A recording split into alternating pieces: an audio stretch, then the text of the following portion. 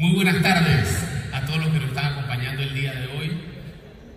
Bienvenidos al foro donde vamos a hablar de un tema altamente relevante para el país y el mundo, que es la ciencia que impacta las políticas públicas para la sostenibilidad. Nosotros estamos hoy en el Congreso Internacional de Sostenibilidad, donde se están hablando distintos temas: ambiente, alimentación, salud, energía, movilidad. Sin embargo, todo esto, vemos que la principal barrera es la implementación y que haya marcos legales que cubran y que permitan que todo esto funcione. El día de hoy nosotros tenemos un foro muy diverso donde vamos a estar hablando de distintos temas. Y para esto nosotros invitamos a la profesora Lina Lai. Ella es nutricionista dietista con maestría en investigación en nutrición y ciencia de los alimentos. Bienvenida, profesora Lai. También tenemos a Rocío Vega, que ella es ingeniera catastral y geodesta de ESRE. Tenemos a Avi Guerra, que nos está visitando desde Aguadulce.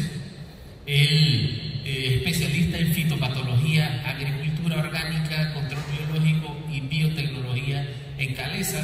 Y también tenemos invitado a Juan Pimento, ingeniero de electrónica y telecomunicaciones con una maestría en ciencia y tecnología espacial. Este es un grupo altamente diverso. A simple vista ustedes pueden ver que tenemos alimentación, tenemos ciencia de datos, tenemos agua, y el tema para agua va a ser las políticas.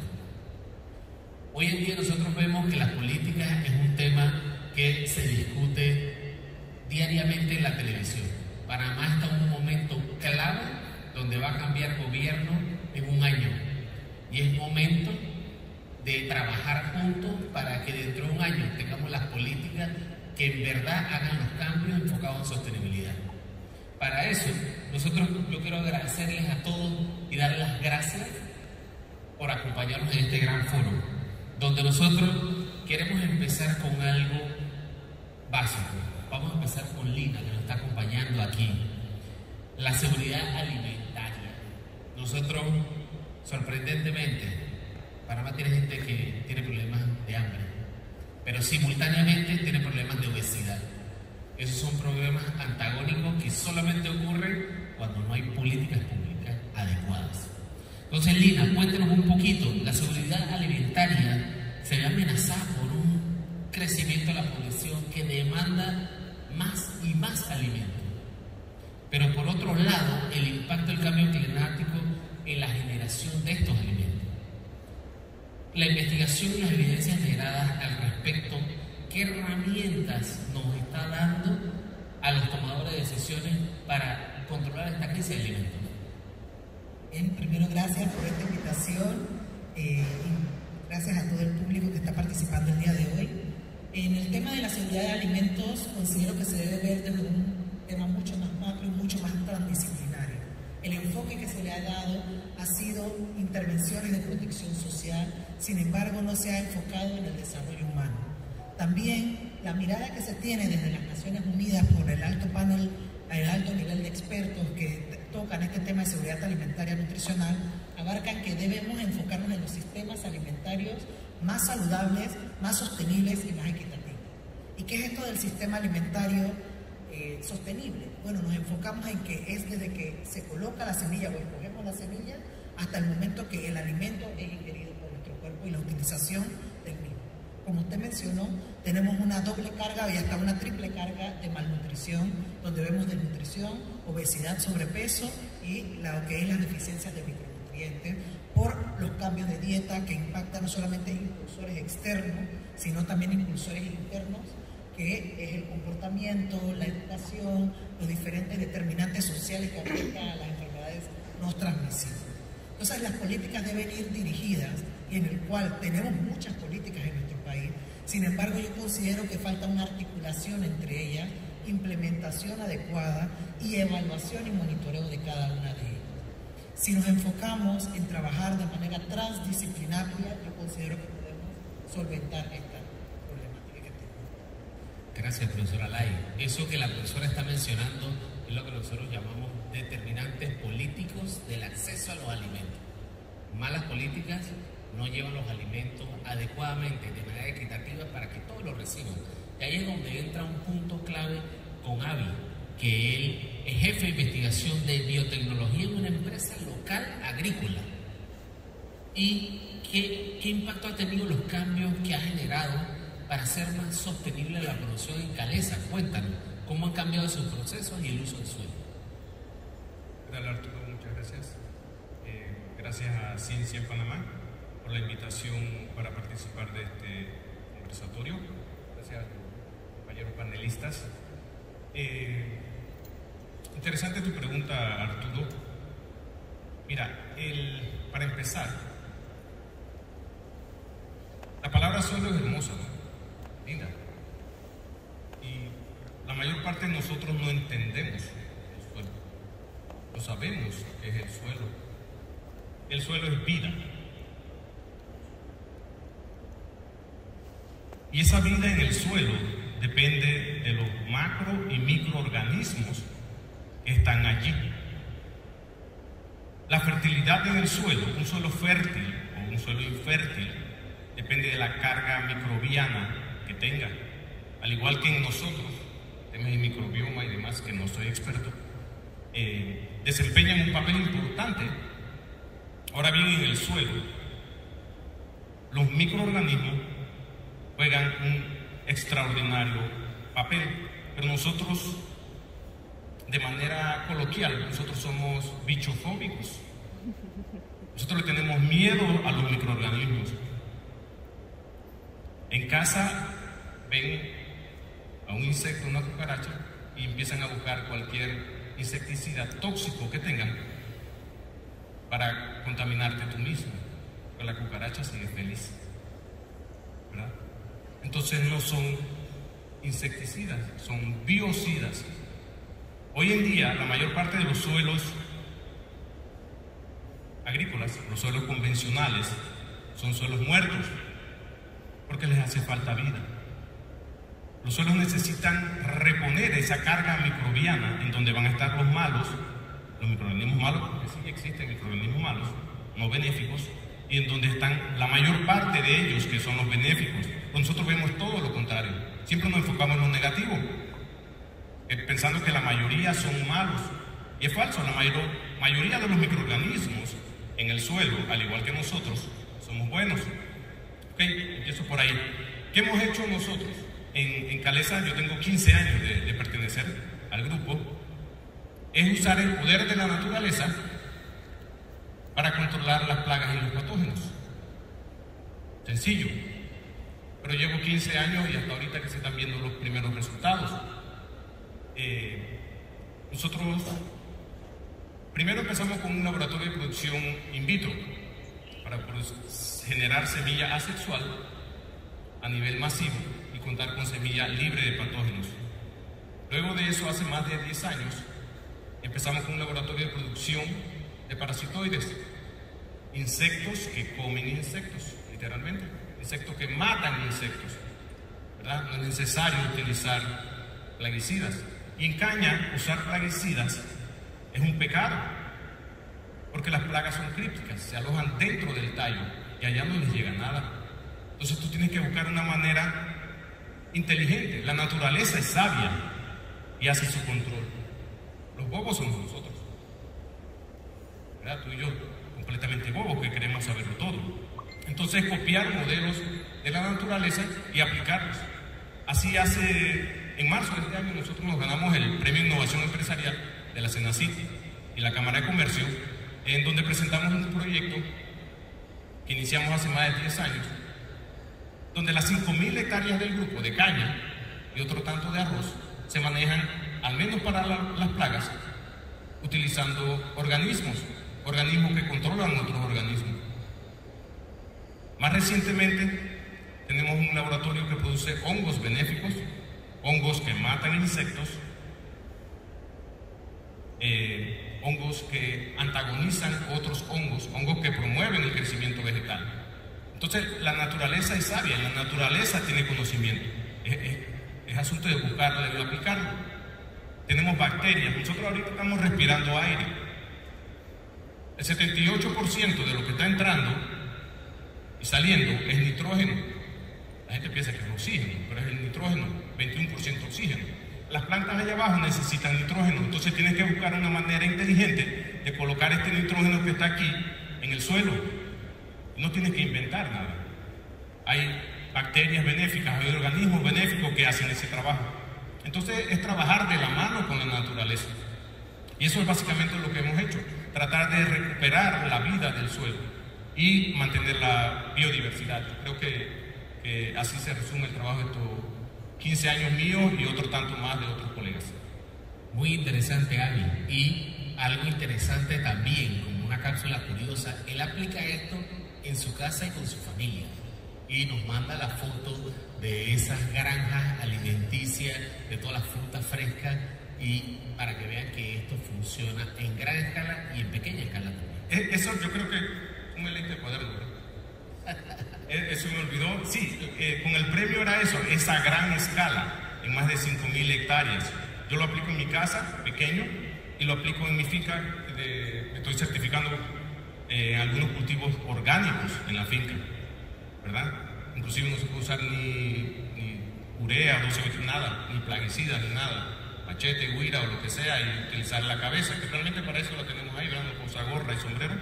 Entonces, sí, tú tienes que involucrarte, porque es mentira que yo predico que produzco, hago control biológico, pero en mi casa hago otra cosa.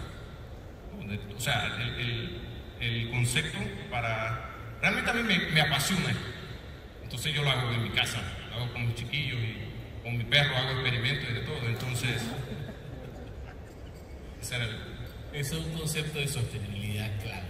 Tú empiezas en pequeño, que lo puedes implementar en las comunidades, lo puedes implementar en áreas grandes, donde haya un impacto en la sociedad. Sin embargo, algo que es clave en este punto es poder medir el alcance de todas esas cosas. Y para eso nosotros tenemos a nuestra gran colega Rocío de Esri. Esri es una empresa líder de análisis geoespacial, una herramienta, una hoja en blanco que nos permite distinguir, nos permite procesar muchísima información, y como incluye mapas, el análisis de tierras de cultivo es esencial. Cuéntenos, Rocío, ¿cómo esta tecnología ha sido usada en nuestro país para ayudar a que sea más sostenible a través de la generación de estos datos? Gracias primero por la invitación a Ciencia en Panamá. En efecto, en general las geotecnologías pueden contribuir en 4 estrategias fundamentales. Una relacionada con el seguimiento y monitoreo preciso de los datos a través de múltiples, llamémoslo así, mecanismos tecnológicos, sistemas de información geográfica, observación de la Tierra o sensores remotos. Ahora con el Internet de las Cosas y todos estos conceptos, se puede hacer un monitoreo detallado, incluso a nivel, por ejemplo, de los Objetivos de Desarrollo Sostenible. A través de geotecnologías es posible medir no solamente llamémoslo así, los grandes números, sino el objetivo 3.1.1. A ese nivel de detalle se puede llegar a hacer esa medición. El otro componente clave donde contribuye esto es en la analítica y el modelamiento avanzado. Y en analítica y modelamiento avanzado ya empezamos a ver ejemplos muy interesantes en el país de aplicación pues de todas, llamémoslo así, de todas las herramientas que esto implica. Desde el análisis que se hizo en su momento cuando estuvo la pandemia, con toda la información que se iba consolidando, y se podía hacer como un uso óptimo de los recursos, asignándolas en función de donde más se generaban casos y donde había más vulnerabilidad en el territorio. Pero no nos vayamos, digamos, tan hacia la pandemia, sino en el día a día, cuando los investigadores o incluso usuarios normales recogen información de su día a día para establecer patrones, tendencias o modelados que ayudan en las diferentes ONGs que trabajamos, por ejemplo, ANCON, Proecoazuero, el mismo Smithsonian, muchas entidades que en su día a día capturan data para después poderla modelar y analizar. El año pasado estuvimos, por ejemplo, apoyando a OIRSA, que es el organismo internacional de todo el tema fitosanitario, que ayuda a todos los ministerios de agricultura de los países a crear un modelo que cogía forecast o pronósticos meteorológicos y los combinaba con el estado fenológico de las plantas para establecer rangos de propagación de plagas o identificar a partir de la cobertura vegetal cuál iba a ser como el territorio amenazado por eso. El tercer punto clave donde las geotecnologías contribuyen pues un poco a hacer ese seguimiento detallado a evolución en temas de sostenibilidad es con participación ciudadana, es habilitando pues a los ciudadanos a que también incluyan información. Caso por ejemplo de Tayota, donde se habilitó a través del Observatorio de Riesgo Urbano un mecanismo para que el ciudadano reportara y georreferenciara casos que se estaban presentando cerca de sus viviendas, por ejemplo una carretera que se hubiera visto afectada o un albergue que estuviera saturado pues, de gente y que no había manera de llevarlo. Y la última e importante es el apoyo en la toma de decisiones. Y en ese aspecto pues hay muchos ejemplos, desde la Secretaría Nacional de Energía, que utiliza día a día los mapas para darle un seguimiento y monitoreo a los precios del combustible, pero también para entender cuál es la distribución de, por ejemplo, o cuál debería ser la distribución óptima de las estaciones eléctricas basado en diferentes condiciones, demanda, el servicio, vehículos, etc. Así que esos serían los aspectos, o sea, mapas para todo. Hay un mapa para todo lo que se les ocurra. Excelente, excelente, Rocío. Yo soy un fanático de los mapas porque me ayudan a procesar muchísima información desde una perspectiva de salud, pero entendiendo que esta información se puede procesar y es transversal a todas las áreas, no podemos dejar por fuera un elemento clave, un elemento que donde falta se acaba la vida. Y estamos hablando específicamente del agua. Para esto, nosotros queremos hablar con Juan José. Tú que estás metido en este tema, cuéntanos un poco de cuáles son los mayores desafíos que enfrenta el país en la crisis del agua. Muy buenas tardes. En primera instancia, muchas gracias a Ciencia en Panamá por la invitación. Gracias, Arturo, por la pregunta. Es un honor estar entre tan distinguido panel. El agua es el reto del siglo. Si nosotros no actuamos ahora, nosotros como país, como sociedad, podemos estar condenados a fracasar. Reportes del IPCC, del Panel Intergubernamental de Cambio Climático, dejan evidencia desde hace años que tenemos, no solamente a nivel regional, sino a nivel, a nivel regional, tenemos una media por década de menor cantidad de precipitación promedio de agua. Sin embargo, eso cuando lo tiras a nivel de meses. Sin embargo, a nivel de año, en ocasiones tenemos años con surplus. Pero ¿qué ocurre?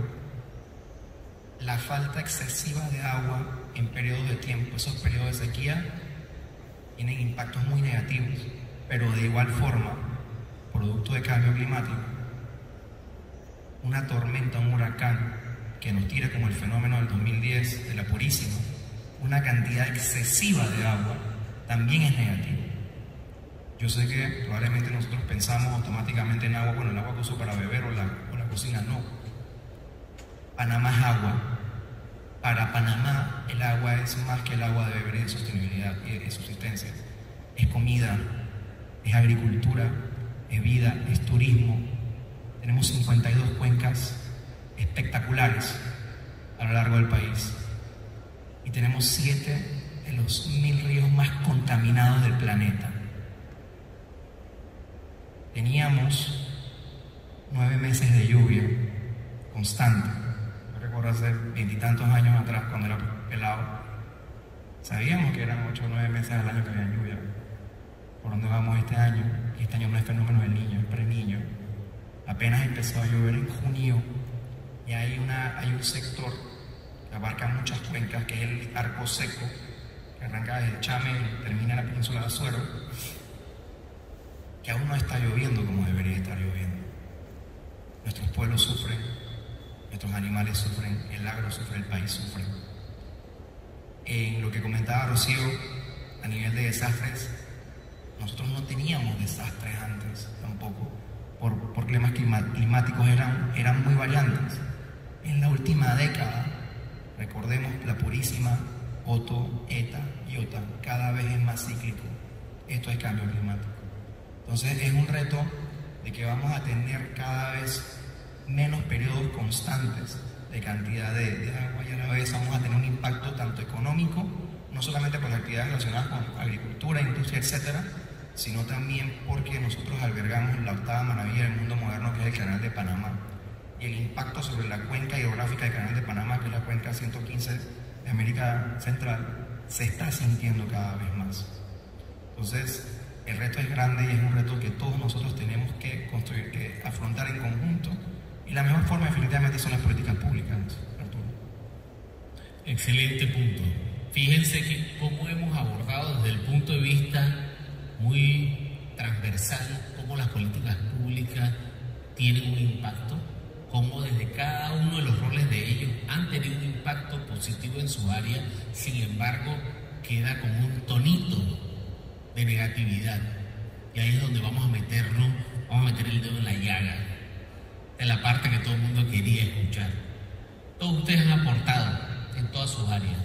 La ciencia impacta, disminuye la contaminación, podemos medir el impacto, podemos mejorar la calidad de agua, podemos mejorar la calidad nutricional. ¿Qué políticas públicas requiere el país para tener una sostenibilidad ambiental, económica y social frente a los retos? Cada uno desde su perspectiva. Empecemos por acá, por Lina, y seguimos hasta abajo. Yo considero que en el caso de las políticas públicas deben ser transdisciplinarias. Recalco nuevamente, debemos involucrarnos todos, inclusive la ciudadanía, involucrar los diferentes actores clave en la misma y ser todos vigilantes, monitoreos y seguimientos a estas políticas públicas o estas acciones. Tenemos diferentes programas de protección social, diferentes programas en pro del ambiente, en pro de la agricultura, en pro de la salud, en pro de la educación, que muchas veces no se implementan o no se ejecutan, o cuando se ejecutan no tenemos resultados de este tipo de proyectos, de este tipo de implementación. Así que yo considero que la articulación de nuestras políticas públicas, pensar fuera de la caja, o imaginar que no es una caja, imaginar que es una esfera, nos ayudaría a tener un sistema de salud, educación, un sistema político basado en evidencia. Y basado en evidencia y adaptado culturalmente, sobre todo al contexto, porque somos muy variados entre nosotros. Puede ser que el impacto que tenga a nivel local en una comunidad no tenga el mismo impacto en otra comunidad. Así que creo que la investigación participativa también es muy importante, y la investigación de desarrollo basado en la implementación.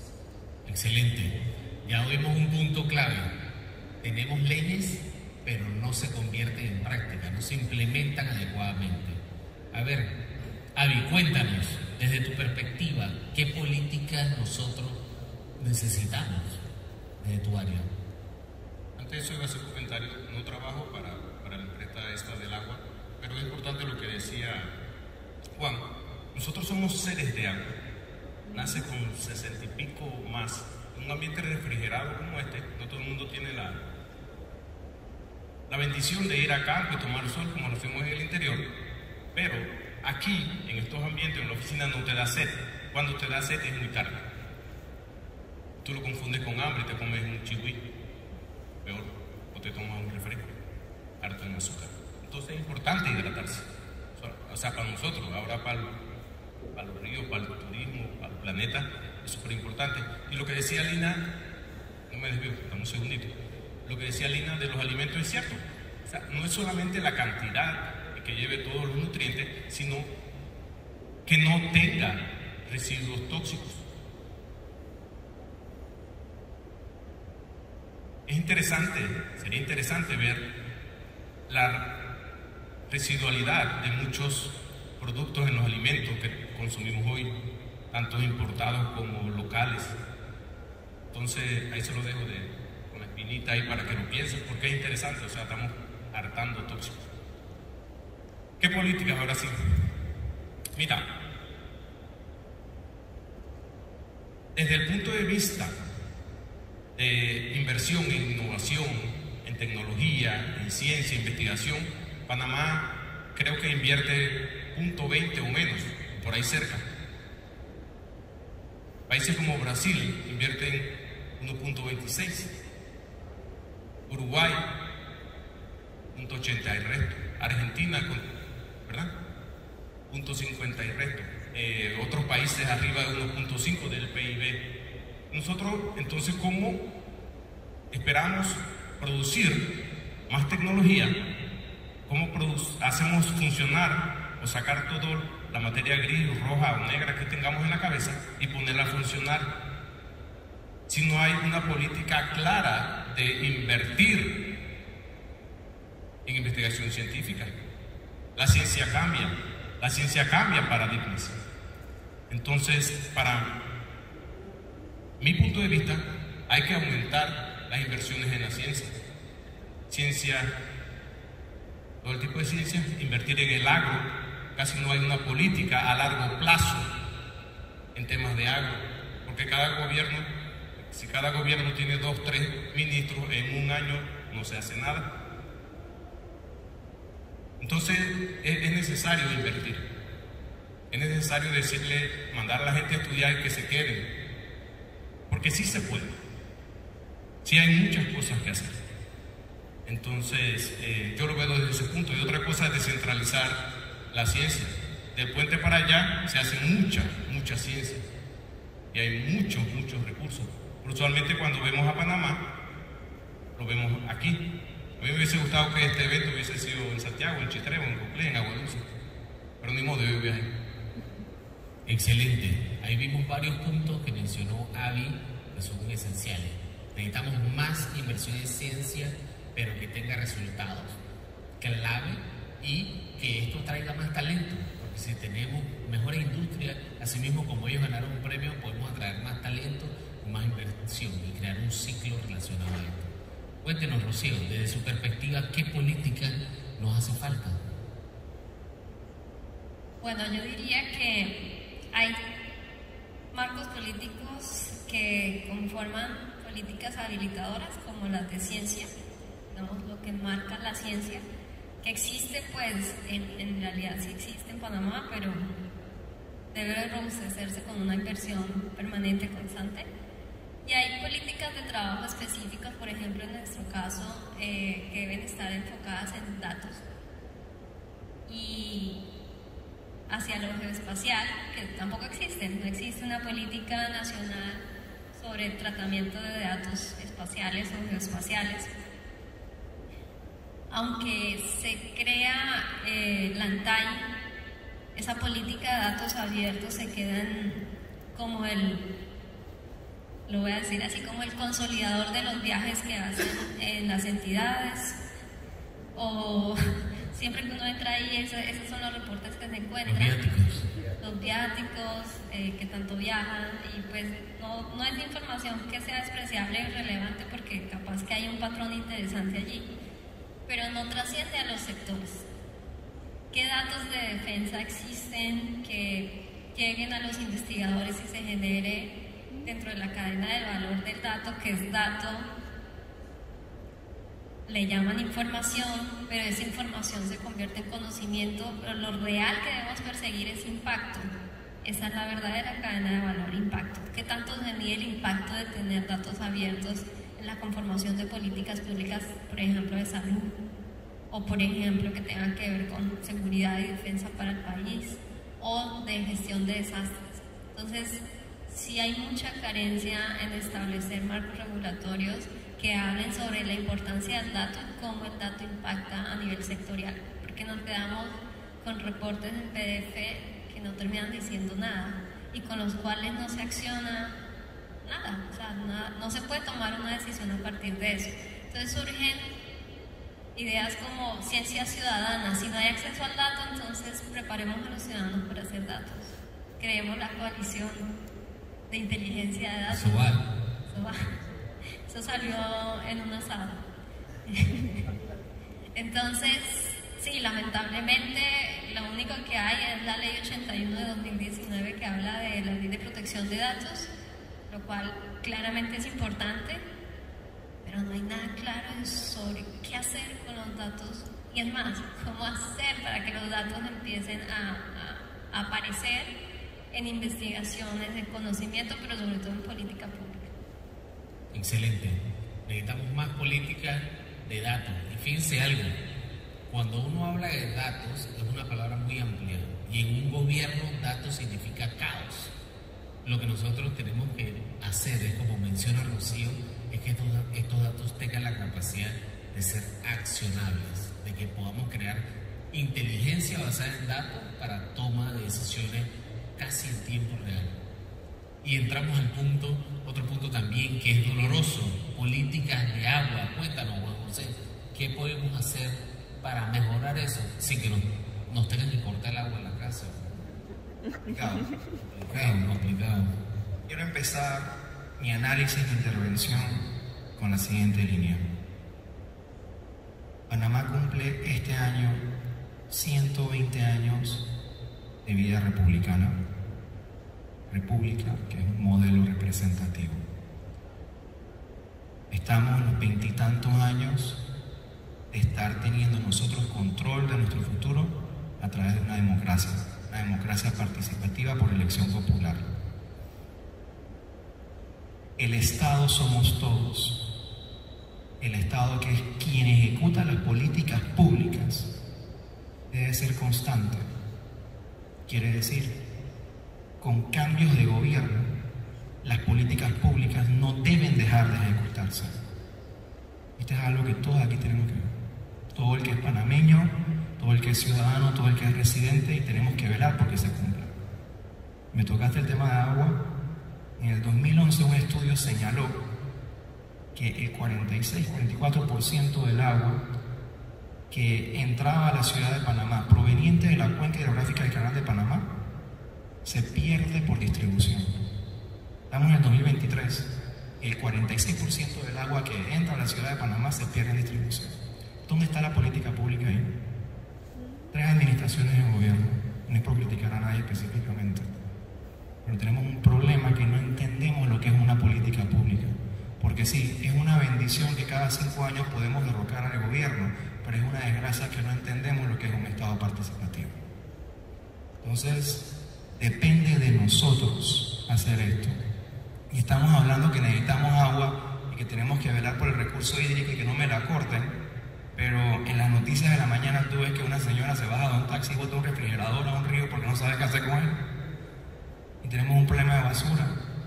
Y tenemos así mil y un cosas. Y es que, volviendo al tema del agua, hace 7, 8 años hubo un plan nacional de agua, fue en 2015, que era la esperanza del país. Ese plan ya no existe. No veo que se ejecute.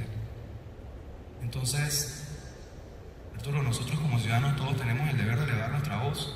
Tenemos la obligación moral por la sobrevivencia del país de exigir a nuestros gobiernos, que son los que están a cargo de llevar estas cosas, que se ejecuten las políticas públicas.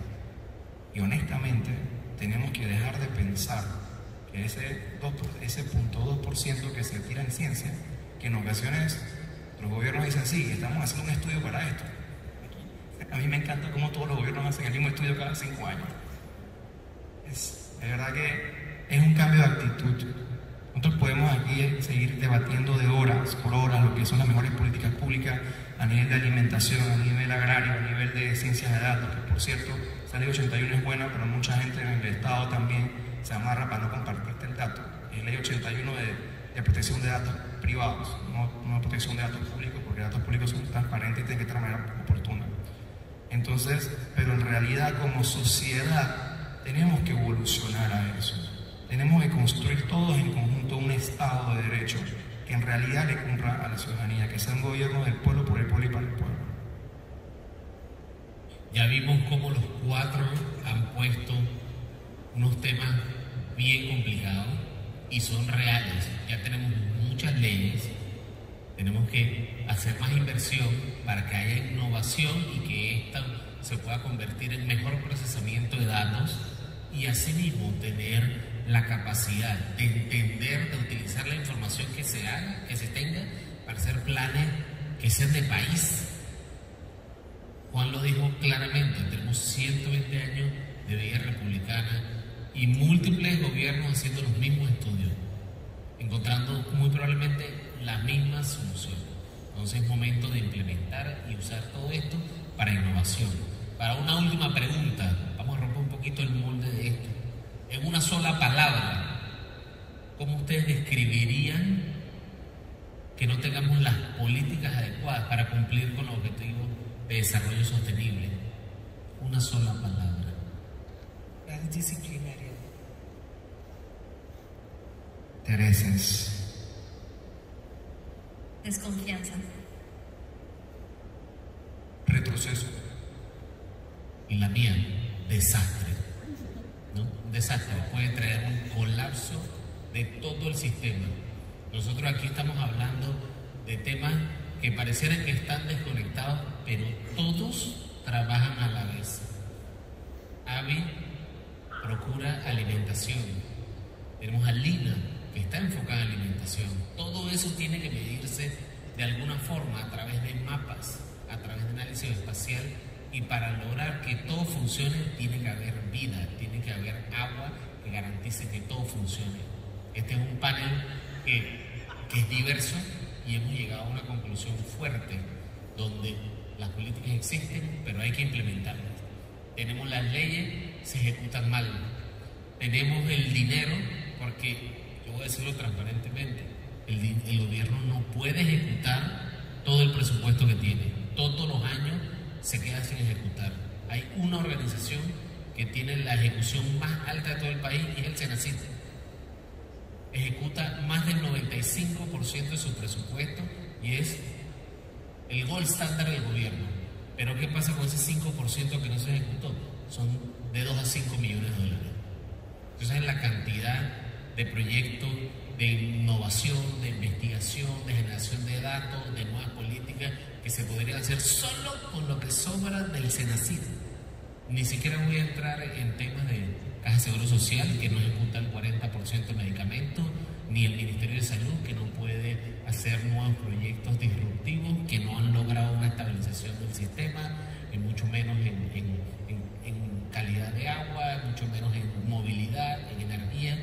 Todo este tipo de políticas hay que ejecutarlas. Entonces, yo quiero agradecer a todos los panelistas, a Lina, Juan José, a Rocío, a Avi, por abrirnos este tema tan fuerte, pero tan importante para el país.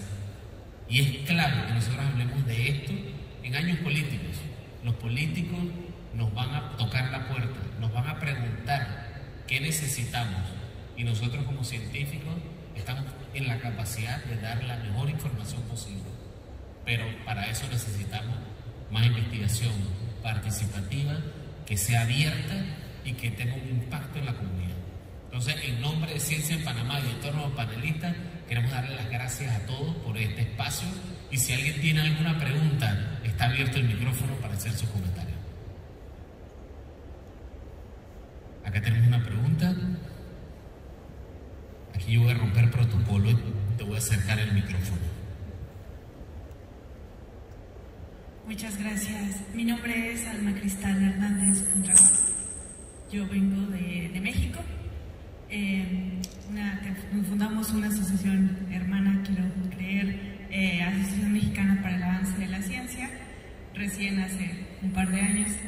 Y yo escuché con atención muchas de los aportes que hacían. Muchas gracias por apuntar a la necesidad de trabajar en este campo, ¿no? En cómo traducimos lo que hacemos a cómo lo llevamos hacia las políticas, porque es bien fácil criticar, ¿no? No se está haciendo nada bien, pero ¿qué estamos haciendo nosotros? Ahora mismo con la pandemia hubo quienes dijeron es que los políticos tomaron muy malas decisiones. Sí, pero los políticos no sabían que venía. Nosotros sí sabíamos y no fuimos capaces de comunicarlo adecuadamente. Hay una corresponsabilidad que no podemos ignorar. y que muchas veces yo ahorita pensaba en una palabra mientras tú preguntabas y yo también podría decir apatía. Muchos de los científicos que están les dices política, ay no, qué horror, yo no quiero nada que ver con política. Y miren dónde estamos.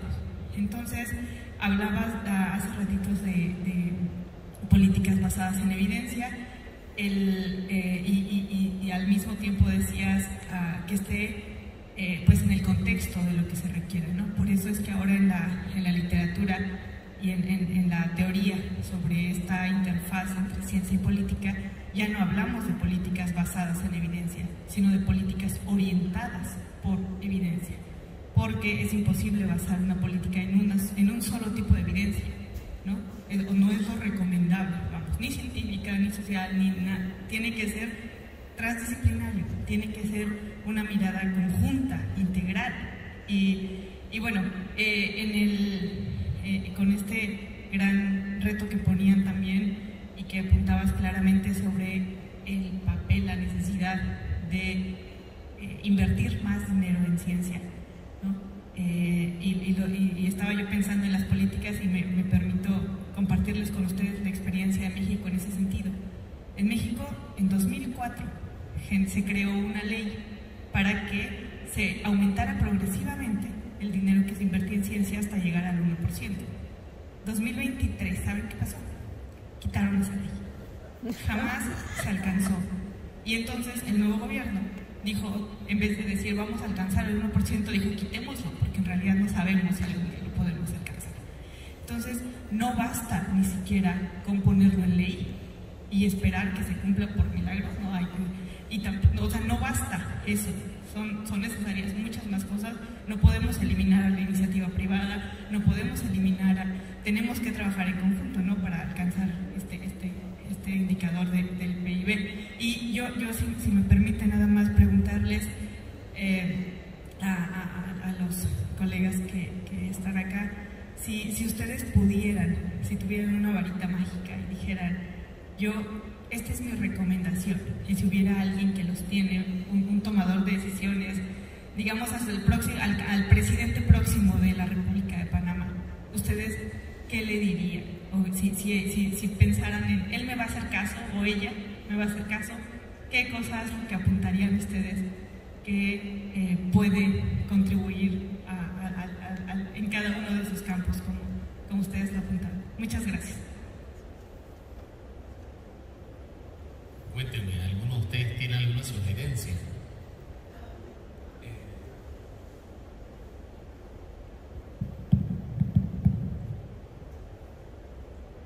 Creo que sí, mira,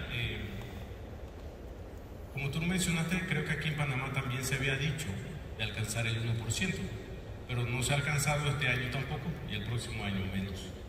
Entonces no me extraña que pase que la recorten o que la eliminen como pasó contigo en México. Y sí, yo creo que sería eso, o sea, tener a corto plazo, como decía Juan, son políticas de Estado, en donde todos son responsables, en donde la empresa privada es responsable. Muchas empresas dicen, no, que la investigación la haga el gobierno, pero no, tú no puedes estar dependiendo todo del gobierno. Yo pienso que cada quien tiene su papel. Entonces, si se lograse llegar al 1% de inversión en innovación, tecnología, ciencia, investigación científica, con resultados, creo que tú lo dijiste, Arturo, es un gran avance. Investigación participativa y con resultados palpables, ¿verdad? Que esas investigaciones sean producto de mesas de negociaciones con los productores, con los actores, con la gente del seguro, con la gente de educación y demás. Porque muchas veces los proyectos que llevamos nosotros están a veces vacíos, ¿verdad? Entonces tiene que ser que te den el 1%, pero con un proyecto que pese. Y sí se logra. Excelente. Bueno, como nuestro gran enemigo de un congreso siempre es ¿quién? El tiempo. Yo quiero agradecerles a todos por las preguntas, los comentarios, y los expositores van a estar aquí si quieren hacer algún comentario, alguna sugerencia para que responda a sus dudas. En nombre de Ciencia en Panamá, yo quiero que le den un fuerte aplauso a todos los participantes de este panel por habernos dado tan profundo análisis y de alto impacto para el país. Muchísimas gracias y los esperamos en la siguiente sesión.